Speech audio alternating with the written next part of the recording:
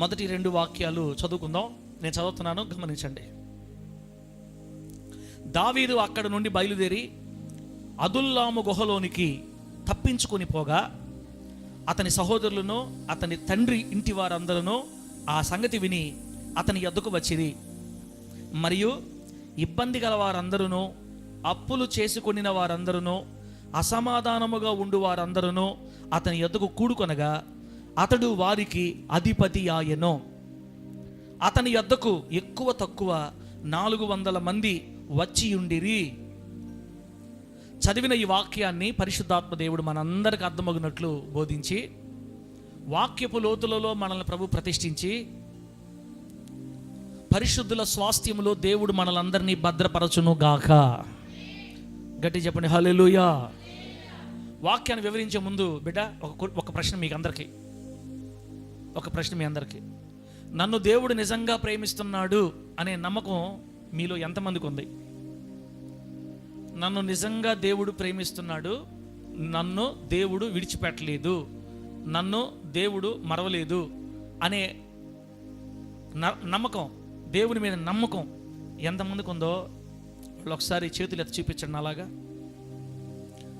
అబద్ధాలు చెప్పకూడదు. మళ్ళా ఏమడిగాను నేను లేక దేవుడు నన్ను ప్రేమిస్తున్నాడు, దేవుడు నన్ను విడిచిపెట్టలేదు, దేవుడు నాకున్నాడు, నన్ను మరవడు, నా దేవుడు నన్ను ప్రేమిస్తున్నాడని నమ్మే వాళ్ళు చేతులు ఎత్తమ్మా. అందరికి తెలియంది, అందరికి తెలియదమ్మా. నిజంగా ప్రేమిస్తున్నాడు దేవుడా అన్న, ప్రేమిస్తున్నాడు అన్న, తిమ్మతనా బా. దేవుడు మిమ్మల్ని అందరినీ ఆశీర్వదించును గాక. నేను ధన్యుడినమ్మ. మీ అందరి చేతులు ఎత్తారంటనా? మీకు అర్థమైపోయింది. 2-3 నెలల నుంచి మీకు ఈ చెప్తున్న విషయాలు మీకు బాగా ఎక్కిపోయాయి లోపలికి. నిజమది. దేవుడు మనల్ని ఎంత ప్రేమించాడంటే, అదిగో చూడండి, బొమ్మ చూడండి, అంత ప్రేమించాడు మనల్ని. తన ప్రాణాన్నే మన కోసం పెట్టే అంత ప్రేమ మనకి ఏసైకి మన మీద. మన దేవుడు తన ప్రాణాన్నే మన కోసం పెట్టే అంతగా మనల్ని ప్రేమిస్తున్నాడు. అంత ప్రేమించిన దేవుడు ఇక మనల్ని వదిలిపెడతాడని నేనైతే అనుకోను. అమ్మ, నేను వదిలిపెడతాడని అయితే నేను అనుకోను, నన్ను వదిలిపెడతాడని నేను అనుకోను. మన బిడ్డల్ని మరణం వరకు మనం ఎలా వదలమో, మరణం అయిపోతే ఇంక మనల్ని మట్టిలో పెట్టేస్తారు కాబట్టి మనం మర్చిపోతాం బిడ్డల్ని. ఇంకా యేసయ్య తన బిడ్డల్ని అంత ప్రేమిస్తున్నాడు. బిడ్డ, మిమ్మల్ని అందరినీ దేవుడు ప్రేమిస్తున్నాడమ్మా. దిగులుతో వచ్చారు మీరు, బాధలతో వచ్చారు కదా, కష్టాలతో వచ్చారు, సమస్యలు, అప్పులు ఒక పక్క, వ్యాపారాలు జరక్క, తిండికి కూడా గడవని పరిస్థితుల్లో, సంపాదించింది అప్పులోకి వెళ్ళిపోతుంటే ఏంది కర్మ, ఏంది జీవితం, ఎప్పుడు మేము పైకి లేయాలి, ఎప్పుడు మేము దీవించబడాలి, ఇంకింతేనా మా జీవితాలు. పిల్లలు చూస్తే టైపోయారు, వాళ్ళు చూస్తే టైపోయారు, పేరుకి బ్రతుకున్నాను నేను, అందరికీ మరణం వస్తుంది, నాకు రావట్లేదు, నేను చచ్చిపోతే బాగుంటుంది అని ఒక్కొక్కసారి దిగులు పడతా, వేదన పడతా, గందరగోళంగా, మనశ్శాంతి లేని పరిస్థితులు వచ్చారు కొంతమందికి. అందరూ ఎప్పుడో ఒకసారి మనం ఈ వారంలో అటు ఆలోచించిన వాళ్ళమే, ముందు కాలంలో కూడా. అయితే ప్రభు చెప్పేది ఏంటంటే, మీరు ఎందుకు అలా దిగులు పడాలి, ఎందుకు మీరు ఆ టెన్షన్ పడతారు? మీ గురించి ఆలోచించే వాళ్ళు లేరని మీరు అనుకుంటున్నారా? అదిగో, ప్రాణం ఇచ్చినంతగా ప్రేమించే మన తండ్రి మన కొరకు ప్రతి క్షణం ఆలోచిస్తున్నాడు. దేవునికి స్తోత్రం కలుగును గాక. యెహోవా కన్నులు ప్రతి స్థలము మీద ఉండును, అవి మంచివారిని చెడ్డవారిని చూస్తుంటాయి. దేవుని పిల్లలు ముఖ్యంగా దేవుని కళ్ళు చూస్తుంటాయి. మన తండ్రి కళ్ళు మన మీద ఉన్నాయక, ఇప్పుడు ప్రస్తుతం నీ బాధ అట్లుండొచ్చేమో, కానీ నీ చేయి పట్టుకొని దేవుడు ఖచ్చితంగా లేపుకుంటాడు. నువ్వు ఖచ్చితంగా మరలా మంచి స్థితిలోకి వస్తావు, బాగుపడతావు, నీ కన్నీళ్ళన్నీ తొలగిపోతాయి, మరలా నువ్వు వెలుగును చూస్తావు. యేసు నామములో నీవు హెచ్చించబడతావు, నువ్వు దీవించబడతావు, పడిపోయిన చోటే లేవనెత్తబడతావు, లేచి నిలబడతావు మళ్ళా. ఇది నమ్మండి. ఈ విశ్వాసం మనకుంటే మన బ్రతుకులు ఏ రోజుకైనా బాగుపడతాయి. నిన్న ఉదయాన ఒక అద్భుతం జరిగింది. నిన్న ఉదయాన దేవుడు ప్రపంచంలో ఒక షేక్ తీసుకొని వచ్చాడు. నిన్న ఉదయం సర్వలోక ప్రపంచ దేశాలన్నీ ఇశ్రాయేలు దేవుడే నిజమైన దేవుడు అని నమ్మే ఒక అద్భుతమైన సంఘటన జరిగింది నిన్న. మరి మీరు న్యూస్ చూసారో చూడలేదు? రాత్రి నేను 3 గంటలకు పడుకున్నా రాత్రి. అందుకు ఈరోజు 9 అయింది వచ్చేలేకి. రాత్రి 8 గంటలకు పడుకున్నాను. నేను అబద్ధాలు చెప్పుకోకూడదు, ఉండదని చెప్పేస్తాను. మళ్ళీ నేను మీలాగా నేను కొంతమందిలాగా నటించలేను, నేను ఉండదని చెప్పేసుకుంటా. ఎందుకు మేలుకున్నాను తెలుసా? నిన్న ఉదయాన 8 గంటలకి ఇజ్రాయెల్ దేశం ఇరాన్లో బాంబులు వేసింది. అమెరికా, ఇజ్రాయెల్ దేశం కలిపి ఇరాన్ దేశం మీద బాంబులు వేసాయి. యుద్ధానికి వెళ్ళాయి, యుద్ధం ప్రకటించాయి.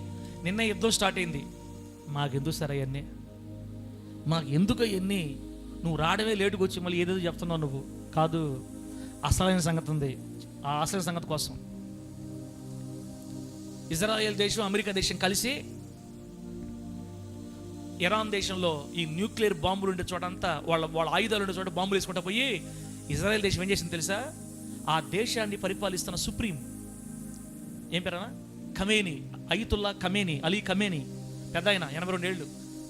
వాడు ఎంత ఘోరమైన మనిషి అంటే, ఎంత క్రూరుడు అంటే, ఒక 2-3 వారాల క్రితం ఇరాన్ దేశాన్ని, మా దేశాన్ని మాకు ఇవ్వండి, ఈ ముస్లిం పరిపాలన మాకు వద్దు అని రోడ్లోకి వచ్చి స్ట్రైక్ చేసినందుకు 17 సంవత్సరాల ఆడపిల్లల్ని, 20 సంవత్సరాల మగపిల్లల్ని, 1,00,000 మందిని చంపేశారన్న. 1,00,000 మందిని ఒకే రోజు 40,000 మందిని ఉరిదీశారంట. అంత భయంకరమైన క్రూరత్వం. ఆ లీడర్ ఎవరైతే ఉన్నారో ఆ లీడర్ ఇంటి మీద కూడా బాంబులు వేశారు. సహజంగా అందరూ ఏమంటున్నారంటే, అతను ఊర్లో లేడు, బంకర్లోకి, కింద గ్రౌండ్లోకి, అండర్ గ్రౌండ్లోకి వెళ్ళిపోయి ఉన్నాడు, చీమ కూడా దాకలేదు అతనని వాళ్ళు చెప్తా ఉన్నారు. 30 బాంబులు వేశారు ఒకటేసారి ఆ ఇంటి మీద. ఇజ్రాయెల్ దేశం 30 బాంబులు వేస్తే వెళ్ళరా, ఎక్కడ కూడా గ్యాప్ లేకుండా వేసేశారు. అది గొప్ప విషయం ఏంటంటే, ఇంట్లో ఉన్న పిల్లలు వాళ్ళు ఏం చేశారంటే, ఆ రోజు నిన్న ఉదయం ఏం జరిగిందంటే, ఈ ఇరాన్ దేశంలో ఉన్న కమాండర్లు అందరూ కలిసి వాళ్ళ ఇంట్లో కూడుకొని చిన్న మీటింగ్ పెట్టుకున్నారంట. అది ఎట్లా తెలుస్తుందో ఇజ్రాయెల్ దేశానికన్నా, ఆ దేవుడు వాళ్ళకి ఇచ్చిన కృప, వాళ్ళకి ఇచ్చిన మొసాద్, వాళ్ళ ఇంటెలిజెన్స్ వర్గం ఎట్లా పనిచేసిందో. ఇప్పుడు వేరువేరుగా ఉంటే అక్కడికి పోయి కొట్టాలా, అందరూ ఒక దగ్గరకు వచ్చే సందర్భం చూస్తారు వాళ్ళు. నిన్న అందరూ ఒక దగ్గర చేరుకున్నారు, పెద్ద పెద్ద కమాండర్లు అందరూ ఒక దగ్గర చేరుకొని పనిలో పనిగా పెద్ద ఆయన కూడా ఆడే ఉన్నాడు. 30 బాంబులు వేస్తే ఇంట్లో ఉన్న కొడుకులు, కోడళ్ళు, కూతుళ్ళు, అల్లుళ్ళు, అధికారులు మొత్తం ఎగిరిపోయారు. నిన్న మొత్తం ఎగిరిపోయారు. నా బాధ అది కాదు. అసలు మెయిన్ వికెట్ పడిందా ఉందా, నా బాధ నాది. ఏదో మన జరిగినట్టుగా ఇజ్రాయెల్ దేశం మీద ఈ రోజుకి బాంబులు పడతా ఉన్నాయంటే ఇరాన్ వల్లే. వాళ్ళకి మనశ్శాంతి లేకుండా యుద్ధాలు ఒకటి జరుగుతూ ఉన్నాయంటే, వాళ్ళకి అసలు మనశ్శాంతి లేకుండా ఉందంటే ఇరాన్ వల్లే. ఆ మెయిన్ వికెట్ లేచిపోతే ఇక వాళ్ళకి శాంతి, ఇంక ఇబ్బంది లేదు. అందరూ చనిపోయిన వార్తలు వస్తూ ఉన్నాయి. ఖమేనీ గారు కనబట్లేదు, బతుకున్నాడు చచ్చిపోయినాడు. 12 గంటలకి ఆ విషయం బయటకు వస్తే నేను నిద్రపోలా, ఇది ఏమవుతుందో చూడాలా. అసలు ఆయన ఉన్నాడా లేడా అని వాళ్ళకంటే నాకు ఎక్కువ టెన్షన్ అయిపోయింది. 2:38 అఫీషియల్గా పోస్ట్ పెట్టారు, ఆయన కూడా చనిపోయాడు, శవాల కింద, మరి ఆ శిథిలాల కింద బాడీని కనుగొన్నారు. Iran supreme leader is dead అని పోస్ట్ చూసిన తర్వాత, దేవా నీకు వందనాలని చెప్పి అప్పుడు ఫోన్ పక్కన పెట్టి పడుకున్నాను నేను. ఎందుకు అంటే బిడ్డరా, అదొక చరిత్ర. ఇజ్రాయేలీలకు ఒకప్పుడు ఈ ఇరాన్ దేశస్తులే సహాయం చేశారు. కోరేష్ రాజు పర్షియా సామ్రాజ్యపు అధినేత కోరేష్ రాజు కాలంలో ఇజ్రాయేలీలకు మళ్ళా మందిరం కట్టించి పెద్ద సహాయం చేశారు. ఆ తర్వాత ముస్లింలు ఆక్రమించుకొని వీళ్ళ ఆచారాలు వాళ్ళ మీద రుద్ది వాళ్ళ మతాన్ని నిర్వీర్యం చేసేసి వాళ్ళ బానిసలుగా చేసుకున్నారు. నిన్నటి దినాన మన నెతన్యాహు గారి ద్వారా మరలా వాళ్ళ దేశానికి స్వతంత్రత వచ్చింది. దేవునికి స్తోత్రం కలుగును గాక. ఏ దావీదు సంతానాన్ని అయితే మరలా వెనక పంపించి మందిరం కట్టించాడో కోరేష్ రాజు, అదే దావీదు సంతానం నుంచి వచ్చిన నెతన్యాహు గారి ద్వారా మరలా పర్షియా సామ్రాజ్య వారసులకి, లేదా పర్షియా వాళ్ళకి వాళ్ళ సామ్రాజ్యాన్ని తిరిగి ఇచ్చివేయడం జరిగింది. దేవుడు పూర్తిగా శత్రువులందరినీ నిర్వీర్యం చేసేసాడు. నిన్న ప్రపంచ చరిత్రలో ఒక శ్రేష్టమైన రోజు అన్నమాట నిన్న. అది మీకు అర్థం కాదు, నేను విషయం వీలైతే ఒకసారి అన్ని వివరాలు చేస్తే మీకు అర్థం అవుద్ది. బిడ్డలారా, అటువంటి గొప్ప అద్భుతం నిన్న ప్రపంచమే ఊరిపోయింది. నేనే కాదు, నా దేశ పాస్టర్లు ఎవరు నిద్రపోయి ఉండరు. పాస్టర్కి తెలిసి వాళ్ళు చేసే భయంకరమైనటువంటి కార్యాలను తెలుసు కాబట్టి పాస్టర్లు ఎవరు నిద్రపోయి ఉండరు. చాలామంది ప్రపంచం అంతా ఏమనుకుంది తెలుసా, ఇజ్రాయెల్కి ఈ టెక్నాలజీ ఎలా సాధ్యం ఇది. వాళ్ళ ఊరిలోకి పోయి వాళ్ళ ఇంటికే పోయి మన డైలాగ్ వింటుంటాం, అడ్రస్ చెప్పు, నీ ఈదుకు వస్తా, నీ ఇంటికి వస్తా, నీ వాకిట్లోకి వస్తా అని చెప్తుంటారు చూడండి డైలాగులు. అది సినిమాలో చెప్తారు, అది నిజంగా చేసి చూపించారు ఇజ్రాయెల్ వాళ్ళు. వాళ్ళ ఇంటికే, వాళ్ళ ఈదికే, వాళ్ళ దగ్గరకే పోయి వాళ్ళ ఇంటి మీద బాంబులు వేసి వాళ్ళకి తెలియకుండా తప్పించుకొని తిరిగి సమాధి అయిపోయింది. 47 సంవత్సరాల నిరంకుశ ప్రభుత్వం సమాధి అయిపోయింది. దేవుడు ఆ ప్రజలకి, ఇరాన్ ప్రజలకి స్వేచ్ఛ వాయు, 1,00,000 మంది చచ్చిపోతే, 1,00,000 మంది మరణిస్తే ఇప్పుడు వాళ్ళు స్వేచ్ఛ వాయులు పీల్చుకుంటున్నారు.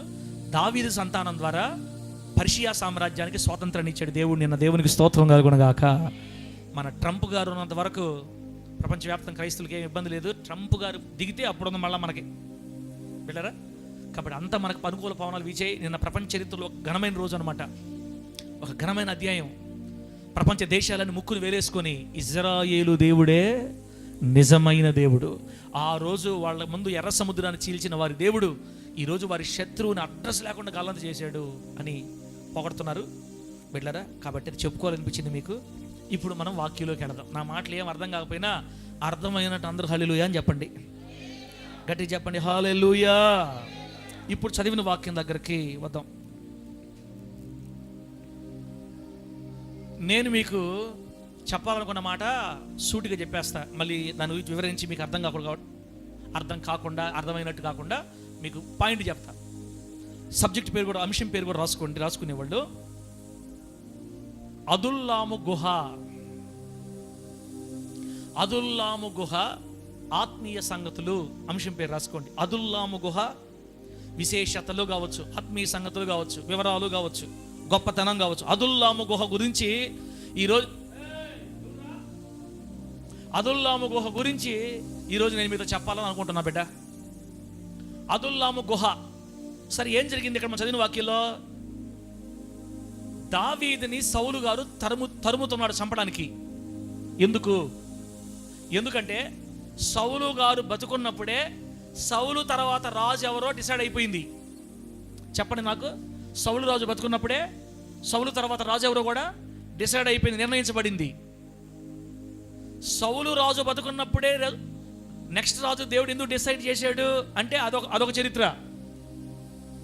సౌలుని దేవుడు కోరుకున్నాడు. ఇజ్రాయేలుకి మొట్టమొదటి రాజుగా సౌలుని దేవుడు కోరుకున్నాడు. 40 సంవత్సరాలు పరిపాలన చేసే అవకాశం ఇచ్చాడు సౌలుకి దేవుడు. అయితే అవకాశం ఇచ్చిన దేవుడికి కృతజ్ఞత కలిగి సౌలు బ్రతకల. గాడిదలు వెతుక్కుంటూ తిరిగిన వ్యక్తిని తీసుకొని వచ్చి సింహాసనం మీద కూర్చోబెట్టాడు దేవుడు. సౌలు తన తండ్రి గాడిదలు తప్పిపోతే వెతుక్కుంటూ వచ్చాడు అనమాట. గాడిదల వెనక తిరిగిన వ్యక్తిని తీసుకొచ్చి సింహాసనం మీద కూర్చోబెట్టి రాజుని చేశాడు దేవుడు సౌలుని. కానీ సౌలుకి కృతజ్ఞత, చెప్పండి, కృతజ్ఞత లేదు. బిడ్డ, దేవుడు ఎవరిని దీవిస్తాడంటే కృతజ్ఞత ఉండే వాళ్ళని దేవుడు దీవిస్తాడు. ఆమేనండి. బతుకుండారా? బతుకుంటే హల్లెలూయా చెప్పండి. ఎవరిని దీవిస్తాడు దేవుడు? కృతజ్ఞత. అంటే చేసిన మేలు మనము మర్చిపోకూడదు. సంతక లేక చేసిన మేలు, దేవుడు చేసిన మేలు మనం మర్చిపోకూడదు ఎప్పుడు. ఒకప్పుడు సావు బతుకుల మధ్యలో ఉంటే బ్రతికిచ్చి దేవుడు భూమి మీద నిలబెట్టాడు గింజలు ఇచ్చి. మనం దేవుడు పని చేయాలా పడలేదా? దేవుడి కోసం బతకాలా పడలేదా? మీ సంగతి ఏమో. నాకు చాలాసార్లు స్పాట్ పెట్టాడు సాతానుగాడు. కాలువలో చిన్నప్పుడు నన్ను ముంచేశారు ఫ్రెండ్స్. ముంచేసి నా తల మీద కాళ్ళు పెట్టి అట్టే వదిలేశారు. పెట్టారా మీకు? మీరు తెలియని చెప్పలా మీకు. నవ్వుకుంటా వాళ్ళకి ఏమనిపించిందో ఏమో, నా కాళ్ళ మీద నా కింద ముంచేసి 2-3 నడుము మీద ఒకరు, మెడ మీద ఒకరు, కాళ్ళ మీద ఒకరు కాళ్ళు పెట్టి తొక్కేశారు నన్ను. నేను చేతితో కొట్టుకొని ఇంక నీళ్లు మింగేస్తా లోపలికి. ఫైనల్ 1 సెకండ్ వాళ్ళు అట్ట తొక్కిపెట్టుంటే నేను మింగేస్తాను నీళ్ళు, ఇంకా ఊపిరి కూడా పోద్ది. ఆ టైంలో ఏమనుకున్నారో వదిలేశారు. తప్పన బైక్ వచ్చి పిలుచుకుని అప్పుడే కొంచెం నీళ్ళు తాగేసి అప్పటికే ముక్కులోంచి చెవుల్లోంచి నీళ్ళు వచ్చి బయటికి పోయి ఏడ్చి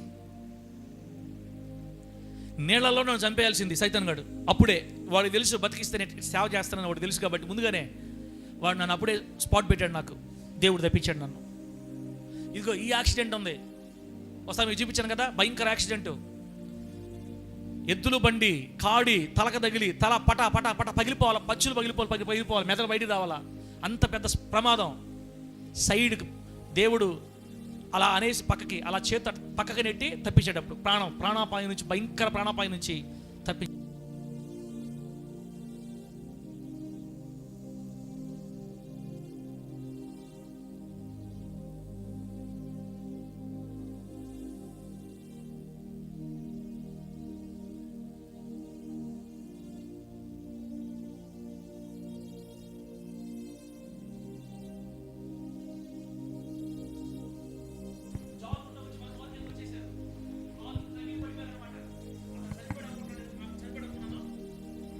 దేవుడు దయ ఏందంటే ఆ జరిగినప్పుడు ఆ పక్క కిలోమీటర్ ఈ పక్క కిలోమీటర్ ఎవరు మనుషులు లేరు. నేను ఆపల బండికి వచ్చేసే ముందుకి వెళ్ళిపోయా. ఒకవేళ దొరుకుంటుంటే కేసు అంతా మన మీద పెట్టి వాళ్ళు పడ్డారు. వాళ్ళు దూసుకుంటూ వచ్చి మన కారు కిందకు వచ్చారు. ఏదేమైనా మన మీద కేసు పడద్ది, గందరగోళం అయిపోద్ది పరిస్థితి. దేవుడు నాకు అవమానం వస్తుంది, పలానా జరిగిందంటే అంటారు. ఆ టైంలో దేవుడు ఎవరిని లేకుండా చేసి, మన దాకా రాకుండా చేసి కప్పాడు, నన్ను కప్పాడు. ఒకవేళ కారు కింద పడి ఉండే పరిస్థితి ఏంది? మళ్ళీ కేసులు అయ్యి డబ్బులు కట్టుకోవాలా, కోట్లు చుట్టూ తిరగాల. నా దేవుడు అందరూ రానిలా. ఎన్ని యాక్సిడెంట్లు, ఒకటా రెండా? ఇల్లు కాలిపోతుంది, ఇంట్లో కలిపోవాల్సింది, ఇంట్లో వేసేపో దేంట్లో కలిపోవాల్సిందే. నిన్న ప్రమాదం జరిగింది వేటలపాలెంలో, చూసారా న్యూస్? టపాసులు తయారు చేసే అది పేలిపోయింది నిన్న.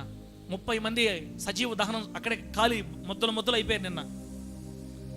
కాకినాడ దగ్గర వేటలపాలెంలో మీకు ఫోన్లు మీరు లేదు కాబట్టి మీరు అటు చూస్తున్నారు.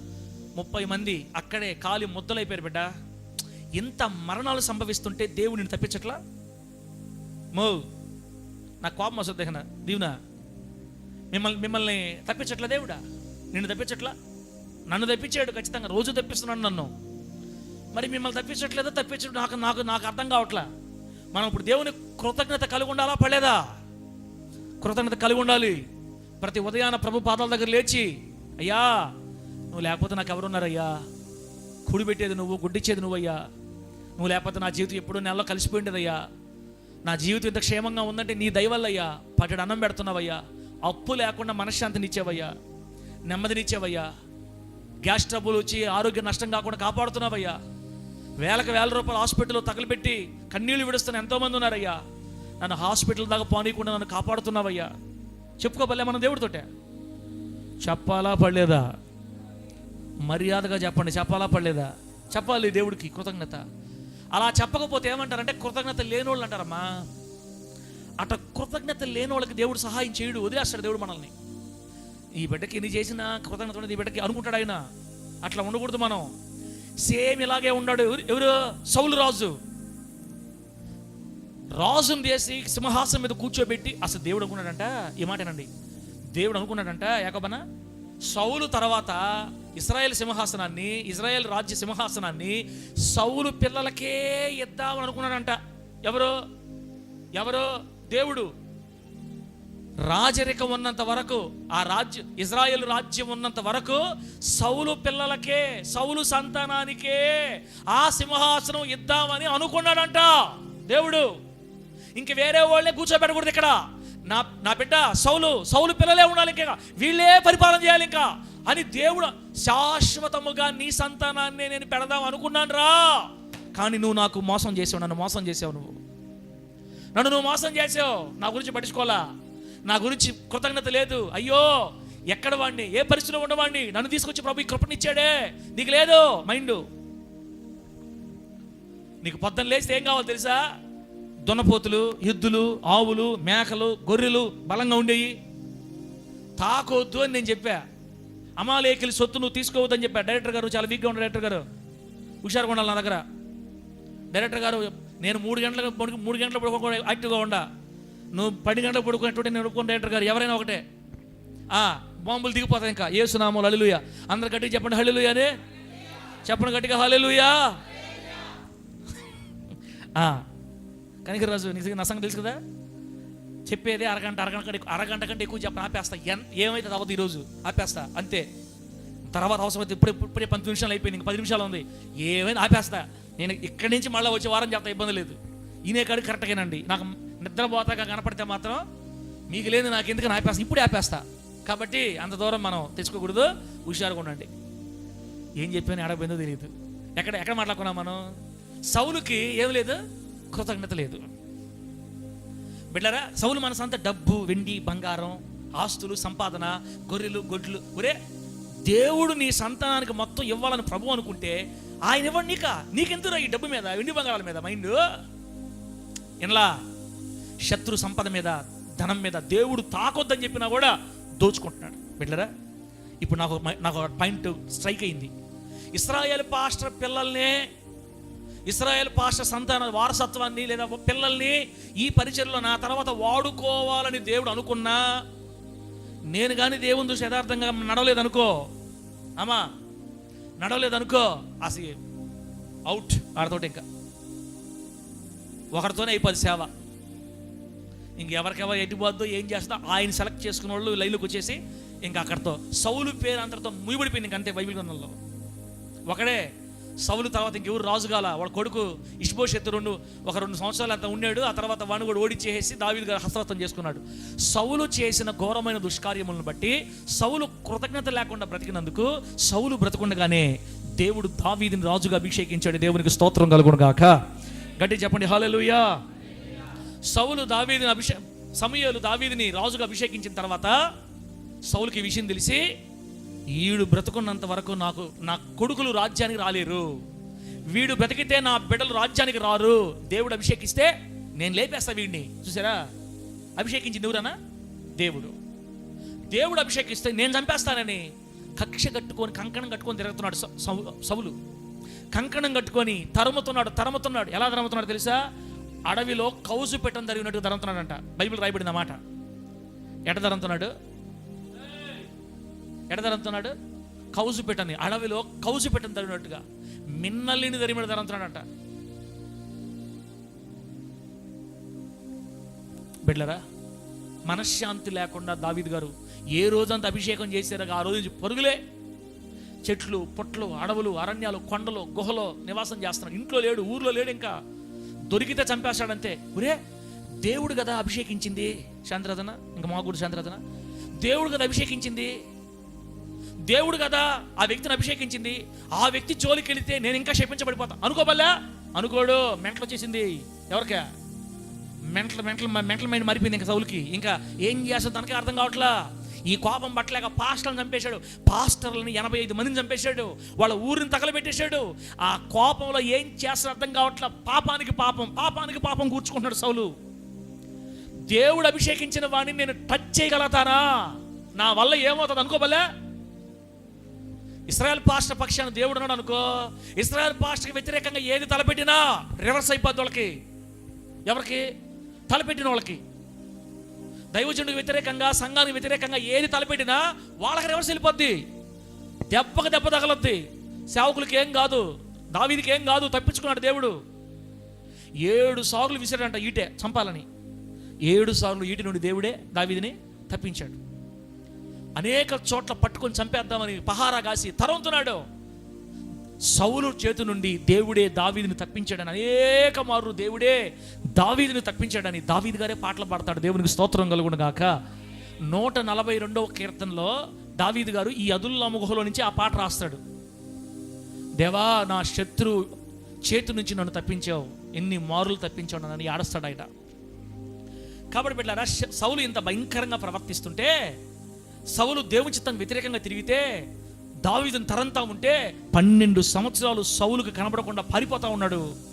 ఆ పారిపోయే క్రమంలో ఒక రోజున ఏం చేశాడంటే, అదుల్లాము గుహ అనే ఒక గుహలోనికి దావీదు గారు తప్పించుకు పారిపోయాడు. దేవునికి స్తోత్రం కలుగును గాక. గట్టిగా చెప్పండి హల్లెలూయా. చెప్పండి గట్టిగా హల్లెలూయా. బిడ్డలారా, అదిగో నోబులో యాజకులందరిని చంపేసిన తర్వాత దావీదుకి ఆ విషయం తెలిసి భయపడిపోయి 10వ వచనం చూడండి. 1 సమూయేలు గ్రంథం 21వ అధ్యాయం 10వ వచనంలో, అంతటా దావీదు సౌలునకు భయపడినందున ఆ దినమున నేను లేచి పారిపోయి గాతు రాజైన ఆకీషు వద్దకు వచ్చాను అని రాయబడి ఉంటుంది. బిడ్డలారా, సౌలుకు భయపడి పారిపోతా ఉన్నాడు. అలా పారిపోయి మళ్ళీ మరి ఆకీషు రాజు దగ్గర నుంచి మళ్ళీ పారిపోయి ఇప్పుడు అదుల్లాము గుహలోనికి తప్పించుకు పారిపోయాడంట. ఈ అదుల్లాము గుహ యెరూషలేముకి 38 కిలోమీటర్ల దూరంలో ఉంటుందంట. యెరూషలేముకి 38 కిలోమీటర్ల దూరంలో ఈ అదుల్లాము గుహ ఉంది. సౌలు చేతులను తప్పించుకొని పారిపోయి ఈ అదుల్లాము గుహలోనికి వచ్చాడు. అదుల్లాము గుహలోనికి దావీదు వచ్చాడన్న సంగతి వాళ్ళ ఇంటి వారికి తెలిసి, అయ్యో నా బిడ్డ ఎంత కష్టపడుతున్నాడు, వీడిని చంపాలని రాజు తిరుగుతున్నాడని తల్లిదండ్రులు విని, అయ్యో మా తమ్ముడిని చంపడానికి రాజు తిరుగుతున్నాడని అన్నదమ్ములు విని, వీళ్ళందరూ దావీదుని కలుసుకొని దావీదుతో మాట్లాడి ధైర్యం చెప్పడానికి ఆ గుహలోనికి దావీదు దగ్గరకు వచ్చారని అక్కడ రాయబడి ఉంది. దేవుడికి స్తోత్రం కలుగును గాక. అతని సహోదరులు, అతని తండ్రి, ఇంటి వారందరూ ఆ సంగతి విని అతని యొద్దకు వచ్చిరి. వీళ్ళు మాత్రమే కాకుండా రెండో పాయింట్ ఏంటంటే, ఆ గుహలో ఉన్న దావీదు గారి దగ్గరికి బిడ్డరా ఎక్కువ తక్కువ 400 మంది వచ్చారంట మళ్ళా దావీదుతో ఉండటానికి. అదుల్లాము గుహకు ముందున్న దావీదు జీవితం వేరు, అదుల్లాము గుహ తర్వాత దావీదు జీవితం వేరు.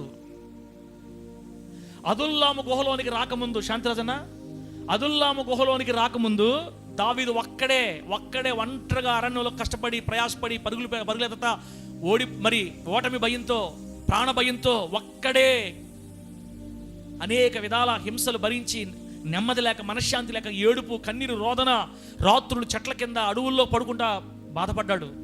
ఎప్పుడైతే అదుల్లాము గుహలోకి వచ్చాడో, ఈ అదుల్లాము గుహలో దావీదు గారు ఉన్నప్పుడు దేవుని కృప దావీదు గారి మీదకి దిగొచ్చింది. దేవునికి స్తోత్రం కలుగును గాక. దావీదు గారిని దేవుడు అదుల్లాము గుహలో ఒక చిన్న రాజుగా చేశాడు. చిన్న రాజుగా 400 మందికి అధిపతిగా దేవుడు దావీదుని మొట్టమొదటిసారి క్రియేట్ చేశాడు, స్థాపించాడు, తయారు చేశాడు అనమాట దేవుడు అదుల్లాము గుహలో. అదుల్లాము గుహ కాడి నుంచి దావీదు చరిత్ర మారిపోతాం మన బైబిల్లో. ఇంకా అప్పటి నుంచి యుద్ధాలు చేయడం స్టార్ట్ చేస్తాడు. చిన్న చిన్న ఊర్ల మీదకి వెళ్ళి ఆ ఊర్లు కొట్టి స్వాధీనం చేసుకుంటాడు, దోచుకొచ్చుకుంటాడు. అక్కడి నుంచి రాజు యొక్క క్యారెక్టర్, రాజు యొక్క గుణగణాలు దావీదులో కనబడతాయి మనకి. ఈ అదుల్లాము గుహ అనేది దావీదు గారి జీవితంలో ఒక శ్రేష్టమైన సంగతి అనమాట. ప్రభువు నామానికి మహిమ కలుగును గాక. గట్టిగా చెప్పండి హల్లెలూయా. బిడ్డలారా, ఈ అదుల్లాము గుహ గురించి రెండు మాటలు మీకు చెప్పి ఆపేద్దామని నేను దీన్ని ఎత్తాను. ఈ అదుల్లాము గుహ దేనికి సాదృశ్యం అంటే దేవుని మందిరానికి సాదృశ్యం. చెప్పండి, అదుల్లాము గుహ అంటే దేనికి సాదృశ్యమా? దేవుని మందిరం. దేవుని మందిరం. ప్రియమైన దేవుని బిడ్డ, దేవుని మందిరానికి సాదృశ్యం అదుల్లాము గుహ. అది ఒక కొండలో తవ్వబడినట్టుగా, చెక్కబడినట్టుగా ఉన్న ఒక గుహ, లోపలికి ఉంటుంది ఆ గుహ. మీరు గూగుల్లో అదుల్లాము గుహ అని కొడితే ఫోటోలు కూడా చూపిస్తారు. ఇప్పటికీ ఉంది అదుల్లాము గుహ. అదొక పార్క్ చేసి పెట్టారు, పార్క్ లాగా చేసి పెట్టి టూరిస్ట్ ప్లేస్లో పెట్టారనమాట. అది బిడ్డలారా లోపలికి ఉంటుంది గుహ, చిన్న ద్వారం. దావీదు గారు అక్కడికి వెళ్ళిపోయి ఆ లోపల కాపురం ఉండి కొంతకాలం అక్కడ దాక్కున్నాడని బైబిల్ చెప్తుంది. చిన్నదంటే మరి సన్నదని కాదు బిడ్డలారా, 400 మంది పట్టారు ఆ గుహలో. పెద్దది, చాలా పెద్దది లోపల. ఈ అదుల్లాము గుహ దేవుని మందిరానికి సాదృశ్యం. దావీదు గారు అదుల్లాము గుహ రాకముందు పరిస్థితులు వేరు, అదుల్లాము గుహలోకి వచ్చిన తర్వాత దావీదు జీవితం వేరుగా మారిపోయింది. అలాగే ఈరోజు దేవుని సన్నిధిని, దేవుని నమ్ముకొని దేవుని బిడ్డలుగా చలామణి అవుతున్న మనం దేవుని మందిరాన్ని శాశ్వతంగా పట్టుకొని ఉండే వరకు జీవితం వేరు. దేవుని మందిరాన్ని నమ్మి, ఆయన మందిరాన్ని ఆశ్రయించి, ఆయన మందిరాన్ని ఊపిరి శ్వాసలాగా పట్టుకొని దేవుని మందిరమే నా ఆధారం అని గట్టిగా పట్టుకున్న వాళ్ళ జీవితం ఇక్కడి నుంచి వేరు అనమాట. అంటే దేవుని మందిరం యొక్క విలువ తెలిసిన వాళ్ళ జీవితాలు వేరు, దేవుని మందిరం యొక్క విలువ తెలియని వాళ్ళ జీవితాలు వేరు అని చెప్తున్నా మీకు నేను. టోటల్గా మీకు చెప్పొచ్చేది ఏంటంటే, మందిరాన్ని మీరు ఆషామాషిగా తీసుకోవద్దు. బైబిల్ ఏం రాయబడిందంటే, నీ మందిరములో సకల మేలులు ఉన్నాయని రాయబడింది బైబిల్లో. మందిలో ఎన్ని మేలులు ఉన్నాయి? సకలమైన మేలులు ఉన్నాయి. నీ మందిరములోని సమృద్ధి చేత అని రాయబడింది బైబిల్లో. మందిరంలో సమృద్ధి ఉంది, మందిరంలో నెమ్మది ఉంది, మందిరంలో ఆనందం ఉంది. ఇంకా దావీదు చెప్తారు, నీ మందిరంలో నేను పచ్చని ఒలీవ మొక్క వలె ఉన్నానంటాడు. మందిరంలో పచ్చదనం ఉంది మనకి. చెట్టు పచ్చగా ఎప్పుడు ఉంటుందన్నా? ఇప్పుడు ఉంటుంది పచ్చగా, తగినంత నీళ్లు సమృద్ధిగా ఉన్నప్పుడు చెట్టు పచ్చగా ఉంటుంది. ఒక మనిషి పచ్చగా ఉండాలంటే అన్నీ సమృద్ధిగా ఉండాలి. ఆ మనిషికి ఆరోగ్యం ఉండాలి, తిండి ఉండాలి, బట్ట ఉండాలి, నివాసం ఉండాలి, ఖర్చులకి అన్నీ సమకూరాలి. అన్నీ ఉంటే సంతోషంగా, నెమ్మదిగా, ఆరోగ్యంగా ఉండగలుగుతాడు. దేవుని మందిరం ఒక వ్యక్తిని పచ్చగా మారుస్తుంది. బిడ్డ, అదుల్లాము గుహ దావీదు జీవితాన్ని మార్చేసింది ఆ రోజు నుంచి. అంతే. అదుల్లాము గుహలో దావీదు అడుగుపెట్టిన నాటి నుంచి అతను రాజుగా మార్చబడ్డాడు, యువరాజు అయ్యాడు. అయితే అతని దగ్గరకు వచ్చిన వాళ్ళంతా ఎవరు తెలుసా? అప్పులు చేసుకున్న వాళ్ళంట. ఇంకా ఎవరన్నా చూడండి, అదుల్లాము గుహలోకి వచ్చిన అంత ఎవరు? ఫస్ట్ 2వ వచనం, ఇబ్బంది గలవారు 1, అప్పులు చేసుకునే వారు 2, అసమాధానంగా ఉండేవారు 3. బిడ్డలారా, ఇది ఇబ్బందులు ఉండేవాళ్ళు, బాధలు ఉండేవాళ్ళు ఒక గ్రూపు. అప్పులోళ్ళు చూసుకోండి, అప్పులు బాధలోళ్ళు. అప్పట్లో కూడా అప్పులు బాధలోళ్ళు. ఎప్పుడా? ఎన్ని వేల సంవత్సరాల క్రితమా? ఇంచుమించుగా 4000 సంవత్సరాల క్రితం జరిగిన సంగతి. ఆ రోజుల్లో కూడా అప్పుల్లో ఉండేవాళ్ళు దావీదు గారి దగ్గరికి వెళ్ళి చేరారంట గుహలోకి. అసమాధానం, ఇంట్లో సమాధానం లేక, తండ్రి కొడుకులకి, పిల్ల కొడుకు, భార్య భర్తలకి సమాధానం లేకుండా అసమాధానంగా ఉండేవాళ్ళు వెళ్ళిపోయి దావీదు గారితో చేరిపోయారు. వీళ్ళందరూ అదుల్లాము గుహ దగ్గరకు వచ్చారు. మరి ఎవరు చెప్పారు వాళ్ళకి అక్కడికి వెళ్ళమని? మరి ఆశ్చర్య సంగతి ఇది. అప్పటిదాకా ఒంటరిగా దిగులు పడుతున్న దావీదుకు తోడుగా 400 మంది వచ్చారు ఆ రోజు.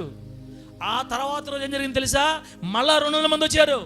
మొత్తం 600 మందికి అధిపతి అయ్యాడు దావీదు గారు మొట్టమొదటిసారిగా. అదుల్లాము గుహ దేవుని దావీదు చరిత్రని మార్చేసింది పూర్తిగా అని నేను ఇంత అరిసి చెప్తున్నాను కదా. కళ్ళు మూసి నిద్రపోతే ఎట్లుంటుంది? ఇప్పుడు నేను ఇంత చెప్తున్నాను. నేను 3 గంటలకు పడుకున్నాను చెప్పి తప్పు ఒప్పేసుకున్నాను మీ ముందు. 3 గంటలకు పడుకున్నాను నేను కూడా. ఇంత హుషారు కళ్ళు ఎట్లా తెలిసి నాకు కూడా లోపల మూసుకుపోతున్నా. బలవంతంగా నేను మీకు వాక్యం చెప్తుంటే వినేవాళ్ళు అంటే నాకు ఎట్లుంటుంది, ఎంత రగిలిపోద్ది నా కడుపు కోత నువ్వు చూస్తున్నావు తండ్రి. ఈ బిడ్డల కళ్ళలో యేసు రక్తం పోయ్యా, యేసు రక్తం చేత ఈ బిడ్డల కళ్ళు మండిపోవును గాక. యేసు నామములో కళ్ళు మూసుకుంటే మండిపోవాలా? ఏం తలకాయ ఉంచుకున్నావు నువ్వా? అయిపోయిందా? 30 నిమిషాలు అయిపోయింది. ఆపేస్తాను. ఇంకా జస్ట్ గుర్తు చేసి ఆపేస్తా బిడ్డ. తర్వాత మన దేవుని చేత మళ్ళీ మాట్లాడుకుందాం. దేవుని మందిరమే మన ప్రాణాధారం అనే మైండ్తో పోవాలి. ఇక్కడి నుంచి మీరు ఇప్పుడు యేసు నామంలో ఏం పోవాలి? ఏ మైండ్తో పోవాలి? దేవుని మందిరమే నా ప్రాణాధారం. మీకు మందిరం ఇలా 4 గోడలు కనపడుతుందేమో, ఇది దేవుని సన్నిధి. ఇక్కడ మీ సమస్యలకు పరిష్కారం దొరికే చోటిది. ఇక్కడికి వచ్చి మీ కన్నీరు విడిస్తే కన్నీరు దేవుని సన్నిధికి డైరెక్ట్గా వెళ్ళే చోటిది. నీ ఇంట్లో వెళ్తాదో లేదో గ్యారెంటీ లేదు, కానీ ఇక్కడ మాత్రం ఖచ్చితంగా దేవుని సన్నిధికి వెళ్ళిపోద్ది. ఇది దేవుని కనుచూపు ఉన్న చోటు. దేవుని చెవులు ఈ చోటు మీద ఉన్నాయి. దేవుని మందిరం విలువ తెలియని వాళ్ళు బికారుల్లా తిరుగుతున్నారు బయట. ఉన్నది చెప్తున్నా బిడ్డ, దేవుని మందిర విలువ తెలియక ఇష్టానుసారంగా అక్కడికి ఇక్కడికి తిరిగే వాళ్ళు బికారులు అయిపోయినారు అంతే. ఎందుకు బికారులు అవుతారు?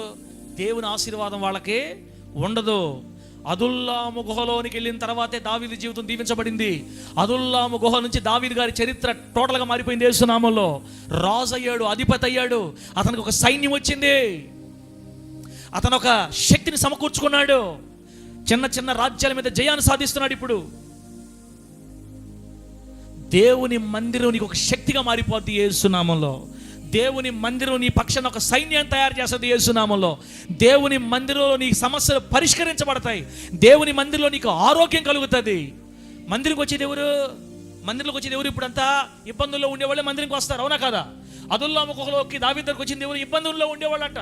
మరి మనందరూ మనకి ఇబ్బందులు లేవా? ఉన్నాయి కదా. ఇబ్బందుల్లో ఉండేవాళ్ళు మన దేవుడి దగ్గరికి వచ్చాము. ఇప్పుడు ఇంకా రెండోది అప్పులు పాలైన వాళ్ళందరూ, అప్పులు చేసుకున్న వాళ్ళు ఎంత బాగా రాసి చూడే.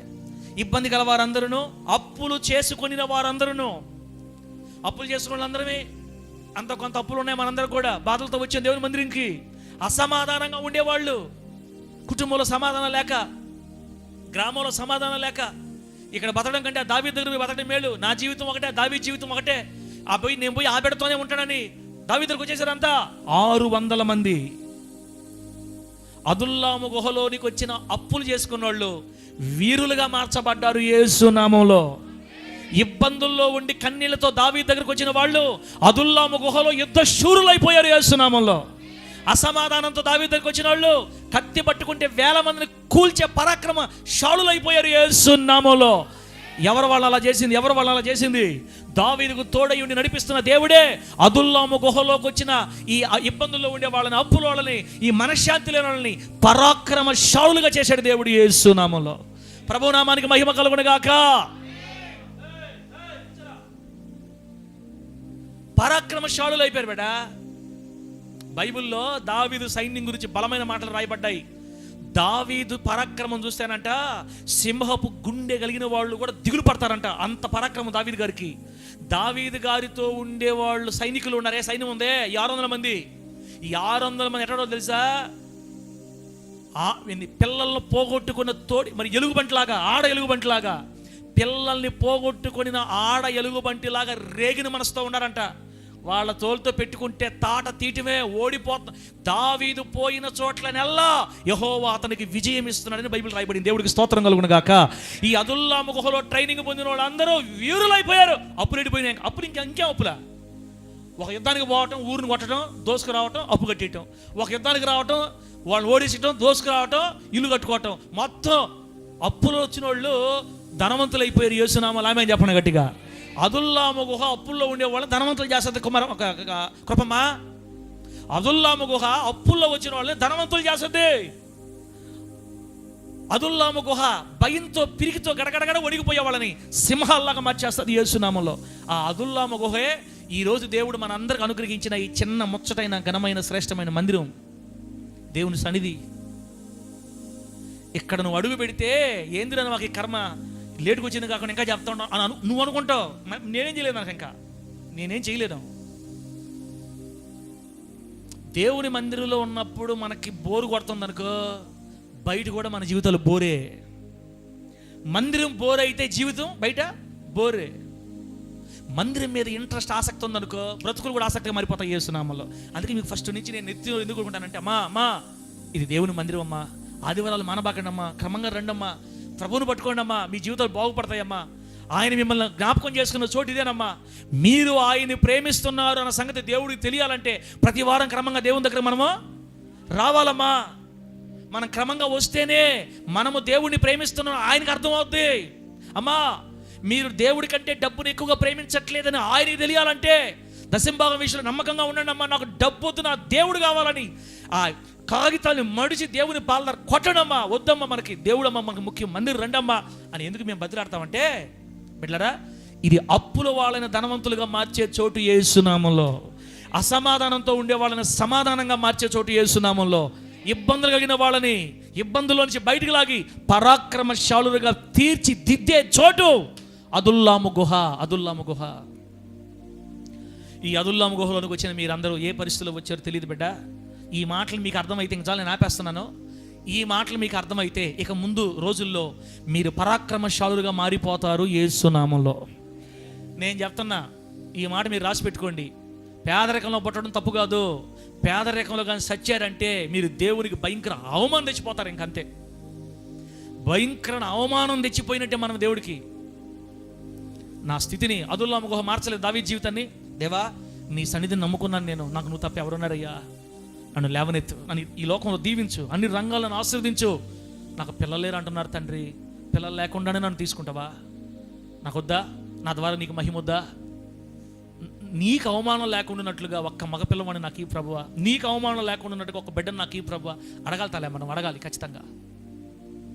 మనం దేవుని నామానికి మహిమ తెచ్చి భూమి నుంచి వెళ్ళాలా, మన ద్వారా ఆయన నామానికి మహిమ కలగాల. అదుల్లాము గుహ ఇబ్బందుల్లో ఉండే వాళ్ళని ఆశీర్వాదానికి వారసులుగా మార్చేసింది యేసునామంలో. అదుల్లాము గుహ అప్పుల్లో ఉండే వాళ్ళని బయటికి లాక్కొచ్చింది యేసునామంలో. అదుల్లాము గుహ ఇబ్బందుల్లో ఉండే వాళ్ళని బాగు చేసి పరాక్రమశాలురుగా, వీరులుగా చేసింది, వీరులుగా. వెళ్ళరా, దేవుడు అదుల్లాము గుహ ద్వారా దావీదు జీవితాన్ని ఆశీర్వదించాడు. దేవుడు అదుల్లాము గుహ ద్వారా దావీదు జీవితం విప్లవాత్మకంగా దీవించబడిపోయింది తల్ల. కాబట్టి నమ్ముకోండి, ఈ అదుల్లాము గుహని నమ్ముకోండి, వదిలిపెట్టద్దు. అదుల్లాము అనే పేరుకి అర్థం ఏంటి తెలుసా బిడ్డరా? అదుల్లాము అనే పేరుకి అర్థం ఏంటంటే ఆశ్రయం అని అర్థం. ఆశ్రయం, మంచి అర్థం చూడండి. అదుల్లాము అనే పేరుకి అర్థము ఆశ్రయం. ఎంత మంచి పేరు! ఆశ్రయం, తప్పించుకునే చోటు. ఈ రెండు అర్థాలు అనమాట. ఆశ్రయం లేదా తప్పించుకునే స్థలం అని అర్థం అనమాట. ఆ ఆశ్రయమైనటువంటి ఈ చోటుకి నువ్వు గట్టిగా తీర్మానం చేసుకోవాలి ఈరోజు. ప్రభువా, మా పాస్టర్ గారు ఫస్ట్ నుంచి చెప్తున్నాడు, నేనే వినలేదు తండ్రి. అయ్యా నీ సన్నిధి నేను తక్కువ అంచనా వేశాను, క్రమంగా నేను రావట్లేదు నీ మందిరానికి, నీ మందిరాన్ని నేను ప్రేమించలేకపోతున్నాను. ప్రభువా నీ మందిరాన్ని ప్రేమించే మనసు నాకు అని ప్రభువుని అడదాం. బిడ్డ అమ్మా, మనుషుల కోసం రావద్దమ్మా, మీరు దేవుడి కోసం రావాలి. ఇబ్బందుల్లో వచ్చిన బిడ్డలు దీవించబడ్డారు అదుల్లాము గుహలో. ఇబ్బందులు పాలై వచ్చిన వాళ్ళు వీరులైపోయారు. అప్పులు పాలై వచ్చిన వాళ్ళు ఐశ్వర్యవంతులైపోయారు. అసమాధానంతో వచ్చిన వాళ్ళ కుటుంబ బంధాలు కట్టబడ్డాయి. రేగిన మనసుతో ఉన్న వాళ్ళ జీవితాలు దీవించబడ్డాయి. ఒక పరాక్రమ సైన్యంగా మార్చబడింది. అదుల్లాము గుహ దావీదు జీవితాన్ని, అక్కడికి వచ్చిన బిడ్డల జీవితాల్ని ఆశీర్వాదకరంగా మార్చివేసింది. అదుల్లాము గుహ రాకముందు వరకు దావీదు ఒంటరిగా ఏడ్చాడు. అదుల్లాము గుహ తర్వాత అతని జీవితం సైన్యంగా మార్చబడింది యేసు నామములో. అర్థమైతే గట్టిగా హల్లెలూయా చెప్పండి గట్టిగా హల్లెలూయా. దేవుని మందిరాన్ని గట్టిగా పట్టుకుంటే నువ్వు నీ పిల్లలు దీవించబడతారు తల్లా. మీరు మర్చిపోయారో ప్రార్థన చేస్తున్నారో వెనక స్థలం గురించి ప్రార్థన చేసేవాళ్ళు హల్లెలూయా అనమ్మా. వెనక స్థలం గురించే మర్చిపోబాకండి, చేయండి ప్రార్థన. దాన్ని ఎవరు కొనరు, ఖచ్చితంగా కొనరు. అది మన కోసం దేవుడు ఏర్పెట్టి. ఎందుకంటే అందరికీ సెంటిమెంట్లు ఉంటాయి, వాళ్ళు రారు అసలు దాని జోలికి. మనకే దేవుడు ఆ స్థలం కూడా ఇచ్చి మందిరం పెంచుకొని ముందుకి ఇటు బలిపీఠం మార్చుకొని మనం మెయిన్ గేట్ అటు పెట్టుకొని ముందు మనకు చాలా ఆలోచన ఉంది. మరి భోజనం చేయడానికి ఒక పక్క రూమ్ లాగా ఈ రూమ్ అంతా ఇట్లాగే ముందుకు పెంచేసి భోజనం చేయడానికి భోజనం ఉండేదానికి తినేదానికి డైనింగ్ రూమ్ లాగా చేసుకుందాం బిడ్డరా. ఆయన మందిరం కళగా మన తరతరాలకు దీవెనకరంగా మారాలి ఇక్కడ. అంతే. ఆయన మందిరాన్ని పట్టుకున్నోళ్ళు, ఆయన మందిరాన్ని నమ్ముకున్నోళ్ళు, వీలైనప్పుడల్లా మందిరంకి వచ్చి ప్రార్థన చేసుకునేవాళ్ళు, దేవుని సన్నిధిని ప్రేమించేవాళ్ళు, దేవుని ఆలయాన్ని ప్రేమించేవాళ్ళు విడిచిపెట్టబడినట్టు చరిత్రలో ఎక్కడా లేదు. యేసు నామములో చిన్న వయసులోనే మందిరంలోకి వచ్చి తన జీవితాన్ని మందిరానికే అప్పగించుకున్న సమూయేలు దేవుడు మర్చిపోలా. ఇజ్రాయేలు దేశానికి ప్రవక్తగా మార్చాడు దేవుడు. ఆ మందిరాన్ని ప్రేమించి ఆ మందిరంలోకి వెళ్ళి కన్నీళ్ళు విడిచిన హన్నాని దేవుడు మర్చిపోకుండా బిడ్డనిచ్చాడు. బిడ్డరా, దేవుని మందిరానికి నమ్మకంగా 18 సంవత్సరాలు నడుము వంగిపోయిన వ్యాధితో నడుము వంగిపోయిన గూని మనిషిగా మారిన ఆ విశ్వాసి బాధలున్న, కష్టాలున్న, రోగాలున్న దేవుడు వదిలిపెట్టకుండా 18 సంవత్సరాలు నమ్మకంగా మందిరంకి వచ్చినందుకు నడుము వంగిపోయిన స్త్రీలో ఉన్న దయ్యాన్ని యేసుక్రీస్తు వారు ఆ రోజు బాగు చేశాడు. యేసు నామములో మందిరంలో రోగాలు బాగుపడతాయి, మందిరంలో దయ్యాలు వెళ్ళిపోతాయి, మందిరంలో వ్యభిచారమందు పట్టబడిన స్త్రీకి విధించబడిన మరణశిక్ష రద్దు చేయబడింది మందిరంలో. ఇన్ని మేలు ఉన్నాయి తల్లే. మన శిక్షలన్నీ రద్దు అయిపోతాయి ఇక్కడ, మన శాపాలు కొట్టివేయబడతాయి ఇక్కడ, మన స్థితిగతులు మారిపోతాయి ఇక్కడ, మన బ్రతుకులు వెలిగించబడతాయి ఇక్కడ, సాక్ష్యం వస్తుంది, గౌరవం వస్తుంది, నీ జీవితానికి ఒక వెలుగు లాంటి చోటిది. దయచేసి మర్చిపోబాకండి. చిమ్ముతున్నారో తుడస్తున్నా నాకు తెలియట్లా, నేను చెప్పట్లా. కనికరం వాళ్ళు కూడా అమ్మ మీరు చూసుకుంటున్నారా మందిరాన్ని, మీరు అడ చేసుకోండి, మళ్ళీ అడిగితే ఏమనుకుంటారా, నేను అడ చెప్పట్లా. చెబితే చేసేది ప్రేమ కాదు, చెప్పకుండా చెయ్యాల ప్రేమ. దేవునికి స్తోత్రం కలుగును గాక. గట్టి చెప్పండి హల్లెలూయా.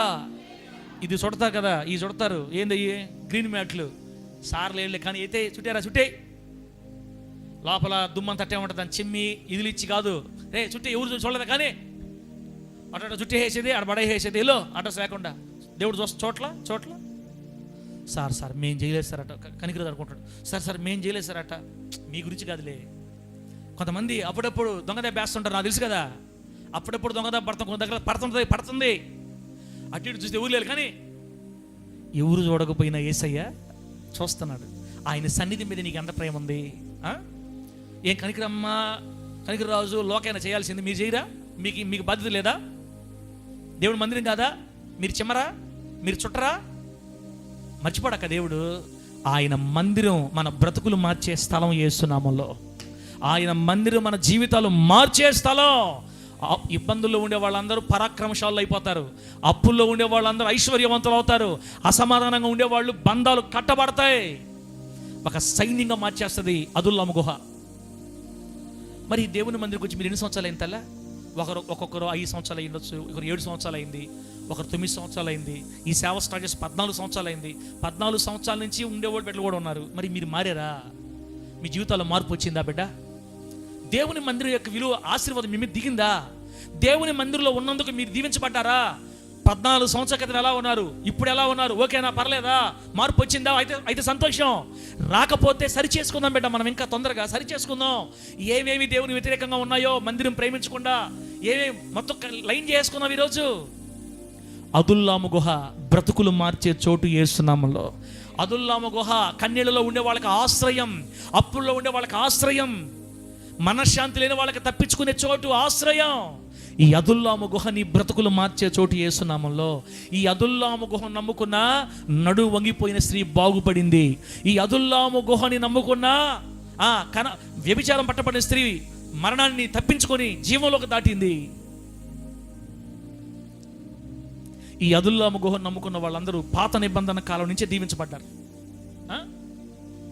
అన్న అనే ప్రవక్తి 84 సంవత్సరాలు మందిరంలోనే ఉండి రేయింబగళ్ళు ఉపవాసం ప్రార్థన చేసుకుంటూ ఉండిందంట. యేసు ప్రభు వారిని కళ్ళతో చూసి చచ్చిపోయింది. ఆమె పేరు ఈ రోజుకి రాయబడింది. ఆమె భక్తురాలని, అన్నా ప్రవక్తి. మందిరాన్ని పట్టుకునే ఊరు నష్టపోలేదు తమ్ముడా. మందిరాన్ని నమ్ముకున్న వాళ్ళు పాడైనట్టు చరిత్రలో లేదు యేసు నామములో. మందిరాన్ని గాలి కదిలేసి లోకంలో తిరిగిన వాళ్ళు బాగుపడిన చరిత్ర కూడా లేదు.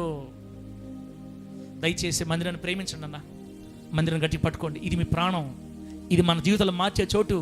మీ పిల్లల పిల్లల పిల్లలు ఇక్కడ పుట్టి పెరిగి వర్ధిల్లాలి యేసు నామములో. ఆమేనండి. ఇది పచ్చని ఒలివ చెట్లులాగా మార్చే చోటు మనల్ని. అందుకే దావీదు గారు అంటారు, అయ్యా నాకు ఒక్క ఆశ ఉంది, నా ఆశ తీరుస్తావా? ఏంది ప్రభు? ఏందయ్యా దావీదు? అయ్యా నీ మందిర ఆవరణాలలో ఒక్క దినము గడపాలని నాకు ఆశ. నీ మందిర గడప కమ్ముల యొద్ద కనిపెట్టుకోనుంటానయ్యా, నన్ను అక్కడ ఉండిస్తావా? పిచ్చుకలకి వానకోవిలకి స్థలం ఇచ్చేవే బలిపీఠం మీద, నాకు అదిగో ఆ ద్వారం దగ్గర నాకు స్థలమే నాయనా. నా జీవితాంతం యెహోవా మందిరంలో నేను నివాసము చేస్తాను. నా దేవుని మందిరంలో నేను నివాసం చేస్తే కృపా క్షేమాలు నా వెంట వస్తాయి. ఆమేన్ గట్టిగా. అదుల్లాము గుహలో బతికే వాళ్ళకి ఏమొస్తాయి తోడు? కృపా క్షేమం. చెప్పండి, దేవుని మందిరం నమ్ముకున్న వాళ్ళకి ఏమొస్తాయి తోడుగా? కృపా క్షేమం. కృప అంటే అర్థమైంది, పొరపాట్లు చేసిన క్షమించేస్తారులే కానీ అని తీసుకెళ్ళిపోవటం, ముందు నెట్టడం, క్షమించేయటం కానీ తీసుకోపోవటం. కృపా క్షేమం. బా, అన్ని రంగాల అభివృద్ధి. దేవుని మందిరాన్ని నమ్మకంగా ప్రేమించే వాళ్ళ మీదకి దేవుని కృప అధికంగా వస్తుంటుంది. దేవుని మందిరాన్ని నమ్మకంగా ప్రేమించే వాళ్ళ మీదకి క్షేమం క్షేమం క్షేమం. ఎందుకన్నా మనం దీవించబట్టు చెప్పు? ఎందుకు మనం ఎక్కడ వేసిన గొంగళ అక్కడలాగా ఎందుకు మారిపోతున్నాం చెప్పు? మందిరాన్ని ప్రేమించకాక.